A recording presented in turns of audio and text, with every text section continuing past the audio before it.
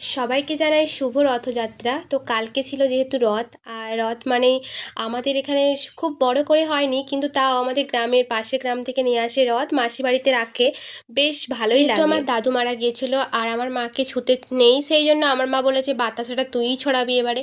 যেন আমি বাতাসা নিয়ে ছড়াতে প্রথমে একটু রথের দড়িটা টানছিলাম, আর সত্যি কথা বলতে গেলে ভালোই লাগছিল। আগের বছর তো পারিনি।